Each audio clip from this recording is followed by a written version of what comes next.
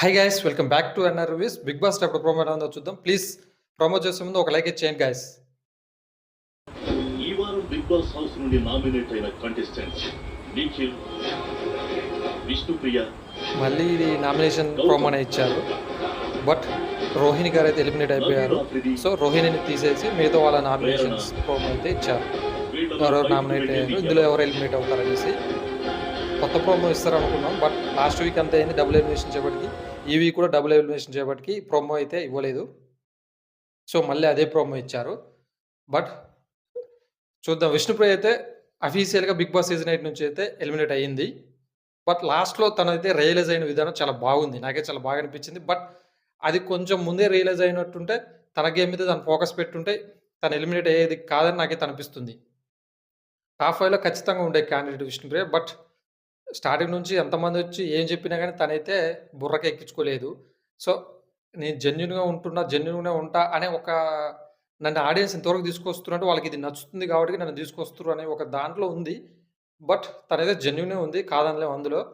But తన తప్పు తెలుసుకొని ఇంకొంచెం తన గేమ్ మీద గానీ ఈ ఫోకస్ చేసినట్టుంటే ఇంకా బాగుండేదనైతే నాకనిపించింది గైస్.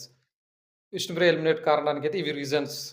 గేమ్ మీద ఫోకస్ చేయకుండా అవతల వాళ్ళపై ఫోకస్ చేయడం వల్ల ఉంది. తనకి ఫాలోయింగ్ ఉంది. ఇప్పుడు అందులో ఉన్న వాళ్ళందరికంటే కూడా విష్ణుప్రియకి ఎక్కువ ఫాలోయింగ్ ఉంది. బట్ అది యూజ్ లేకుండా పోయింది. అసలు టాప్ 5 కంటెస్టెంట్ విష్ణుప్రియ. స్టార్టింగ్‌లో తను చేసిన పెర్ఫార్మన్స్‌కైతే అసలు విన్నర్ మెటీరియల్ అనుకున్నాం మనమైతే. ఎప్పుడైతే ఆ ట్రాక్ మొదలైందో ఓకే. కాదంటలే గానీ అవతల మనిషి నుంచి అది రానప్పుడు తను కూడా లైట్ తీసుకొని తన గేమ్ మీద ఫోకస్ పెట్టినట్టుంటే అసలు ఎలిమినేట్ అయ్యే క్యాండిడేటే కాదు విష్ణుప్రియ.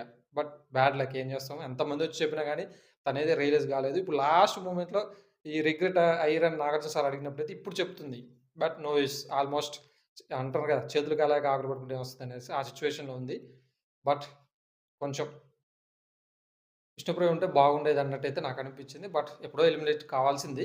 ఇన్ని రోజులొచ్చిందంటే గ్రేటే. ఇక నెక్స్ట్ ఏముండదు గాయ్స్. ఇప్పుడు ఎవరెవరు ఉన్నారో వాళ్ళ యొక్క జర్నీ వీడియోస్ ఒక్కొక్కటి ప్లే అవుతూ వస్తూ ఉంటాయి. ఇంక అంతే ఈ వీక్ ఇక రచ్చరంబోలు అలాంటిది ఏముండదు ఇగ. సైలెంట్‌గా అలా అయిపోతూ ఉంటదంతే. కాకపోతే ప్రోమోలు బావుంటాయి. చూద్దాం మరి లాస్ట్ వరకు ఎవరు ఆ సూట్‌కేస్ పట్టుకొని బయటకొస్తారో, అండ్ ఎవరు విన్నర్ అవుతారో, ఎవరు రన్నర్ అవుతారో చూద్దాం. బట్ మీరు ఎవరు విన్నర్ అవ్వాలనుకుంటున్నారో కామెంట్‌లో షేర్ చేసుకోండి గైస్. అలాగే విష్ణుప్రియ యొక్క ఎలిమినేషన్ మీకు ఎలా అనిపించిందో కామెంట్‌లో షేర్ చేసుకోండి. Please subscribe to my channel.